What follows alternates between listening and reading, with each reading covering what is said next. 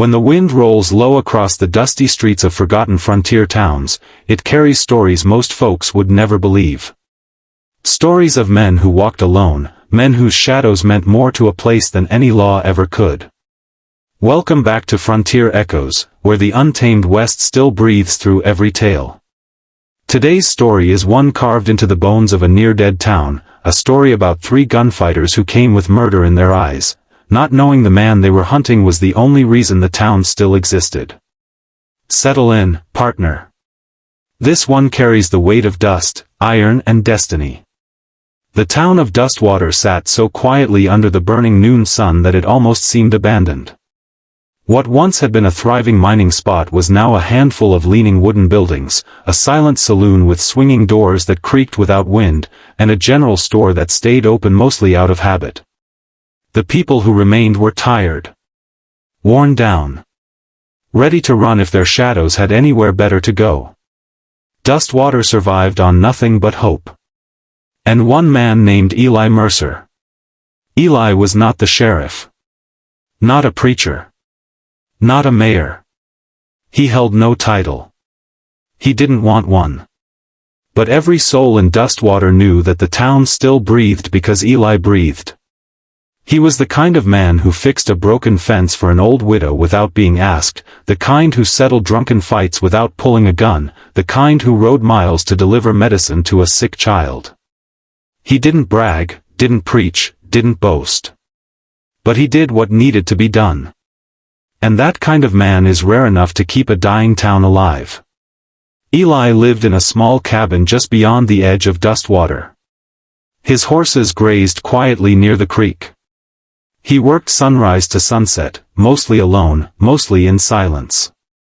People said he had once been a gunslinger, a legend with a reputation so sharp it cut through 5 states. Some claimed he used to be quicker than any man alive. But Eli never spoke of the past. He had buried it, or tried to, by choosing a peaceful life. No one knew that 3 men were about to pull that past right back into the daylight. On a hot morning when the sky was the color of faded tin, 3 riders appeared on the horizon. No one recognized them, but Dustwater had seen enough trouble to know danger when it came walking. All 3 were dressed in long black coats despite the heat. Their hats were pulled low, their horses lean and restless. They tied up outside the saloon, stepped inside and ordered whiskey without asking if the place was open. A man at the bar watched them nervously. He knew killers when he saw them. The tallest of the 3, a man with a scar across his mouth, turned to the room and said, "We're looking for Eli Mercer." The entire saloon went still. Even the dust floating in the sunlight seemed to freeze. Nobody answered. Nobody wanted to be the reason Eli got hunted. Nobody wanted to betray the man who had saved this town more times than anyone could count. The scar-mouthed gunfighter smirked. "Don't all jump in at once." A woman in the corner, her eyes filled with fear, whispered, "Why do you want him?" The man cracked his neck. "Because we were paid to kill him." Someone gasped. Someone else whispered a prayer. But before things could escalate, the bartender stepped forward. His hands shook as he polished a glass. "Eli's not here. He's at his cabin by the creek. But you won't find what you're looking for." The gunfighter grinned like a man who enjoyed bad news. "Oh, we'll find it." They finished their drinks and walked back outside. Dustwater watched from behind door cracks and window frames as the 3 riders headed toward Eli's land. A few brave souls whispered, "Should we warn him?" But before they could move, someone rode out of the South Canyon at full speed. Sarah Lowell, a young woman whose family Eli had saved from a winter sickness. She galloped through town, her braid whipping behind her. "Where is Eli?"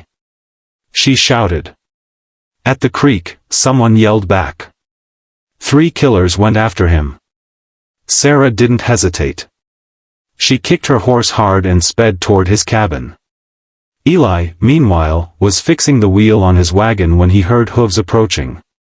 At first he thought it might be a neighbor, but something in the rhythm, the slow, deliberate pace, made his instincts flare awake. 3 figures came into view. Eli straightened slowly. His hands stayed at his sides, calm. But his mind sharpened instantly, like an old blade remembering how to cut. One of the riders dismounted. "Eli Mercer?" he asked. "That's right," Eli replied. The man smiled a cold smile. "Good. Saves us time." Eli studied them. Professional killers. Not drifters. Men who trained their guns like preachers read their scriptures. Men who wouldn't hesitate. "Who paid you?" Eli asked. The scar-mouthed leader spat. "Someone with deep pockets and a long memory. Said you cost him everything. Said you were too dangerous to stay alive." Eli sighed. "I was afraid one day the past would come walking." The second gunfighter grinned. "Well, it's here now." Eli stepped forward slightly. "You don't have to do this. Whatever you think you know about me. Save it, old man," the leader cut him off. "We know plenty. You were once the quickest gun in 5 territories. But now you're nothing but a tired farmer clinging to a dead town." Eli's eyes hardened. "Dustwater isn't dead." "Not yet." The scarred man scoffed. "Oh, it will be. After we drop you in the dirt, this town will crumble like everything else tied to your name." Eli knew these men wouldn't leave without a fight. But he also knew he couldn't lead danger back to Dustwater. If he fought here, at his home, the town might be spared. He took a slow breath. Gentle. Controlled. The way he used to before a duel. But before anything could happen, Sarah came riding in fast. "Eli!" she shouted. "They're here too. Get back, Sarah!" Eli yelled, stepping protectively toward her. The gunfighters laughed. "Well, look at that," the scarred man said. "The hero's got fans." Sarah stayed on her horse, glaring at the killers. "If you hurt him, this whole town will come for you. Everyone here owes him their life." The leader tilted his head. "Then they'll die with him." And just like that, the moment snapped. Eli moved first. Not for his gun. For Sarah.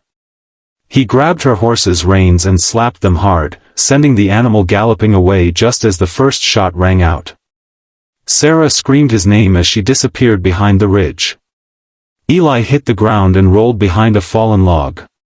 Splinters flew as bullets smashed into the wood. The killers spread out, circling him like wolves. Eli crawled low, assessing every angle, every shadow, every breath of wind. He hadn't drawn a gun in years. His revolver sat holstered at his side, cold and heavy. His hand hovered over it, fingers curling. The world slowed. The sound of rushing creek water faded. And his heartbeat, steady, familiar, returned to the rhythm of a man he once was. He inhaled deeply. Then he drew. A single shot cracked through the valley. The second gunfighter, the youngest, fell from his horse before he even realized he'd been hit. The other 2 dove behind boulders. So the rumors were true, the leader growled. "Still fast as hell." Eli didn't answer.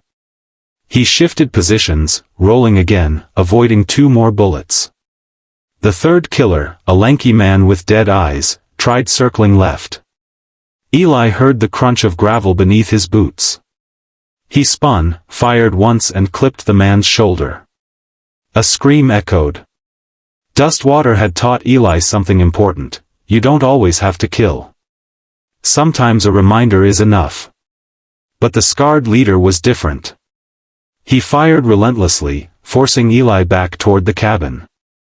"You can't run from this," the gunfighter shouted. "You should have stayed gone when the world forgot you."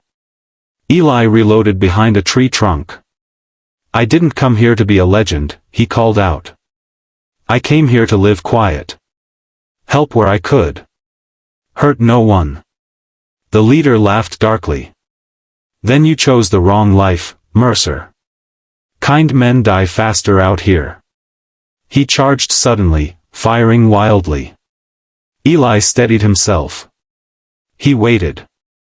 The leader came closer. Closer. Eli stepped out. One precise shot. The gunfighter's weapon flew from his hand. The second shot hit the ground near his feet, stopping him in place. The leader froze, eyes wide, breath shaking.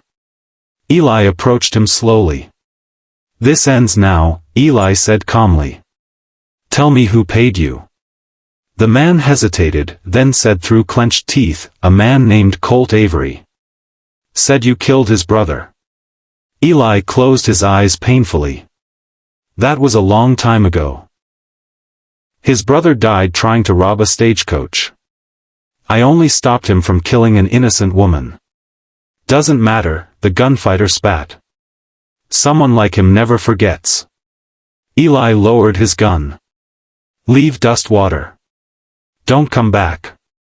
Tell Colt I'm done with that life. The scar-mouthed man glared but saw the truth in Eli's eyes. Eli could have killed him but chose not to. The leader picked up his wounded partner, mounted his horse and retreated without another word. The valley grew silent again. Eli exhaled deeply. Years of buried violence felt heavy on his shoulders. He looked around at the shattered wood, the bullet holes, the broken piece. Sarah returned minutes later with 5 townsfolk behind her. They rushed toward Eli. Are you hurt? Sarah asked breathlessly. Eli wiped a streak of dust from his cheek. Just tired. The bartender looked at the bodies. Eli, you saved us. Again. But Eli shook his head. No. I brought danger back. I thought the past stayed buried. Sarah stepped forward firmly. You didn't bring danger, Eli. Danger came because evil men choose to hate what they don't understand. Don't ever blame yourself for that. Another townsman added, you're the reason Dustwater still stands. The only reason. For the first time, Eli looked truly humbled. He glanced at the anxious, hopeful faces around him. These people didn't follow him because he was fast with a gun. They followed because he cared. Sarah placed a hand on his arm. We don't need a sheriff or a legend. We need you. Just you. Eli felt his throat tighten. The weight of the moment settled, warm and real. The people of Dustwater surrounded him with gratitude and relief, but Eli simply nodded. If trouble comes again, I'll be ready. Not because I want to fight. But because this town deserves to live. Days passed. The town repaired the damage. Eli returned to his quiet routines. Life felt almost normal again. But something had changed. The people no longer saw Eli as a lone man living on the outskirts. They saw him as their anchor, their strength, their guardian, even if he never claimed the title. Dustwater lived because Eli lived. And sometimes one man is enough to keep hope breathing. This has been Frontier Echoes. If stories of grit, courage and the silent heroes of the Old West move your spirit, stay close. More tales ride this way. Until next time, keep your boots steady and your heart open to the frontier.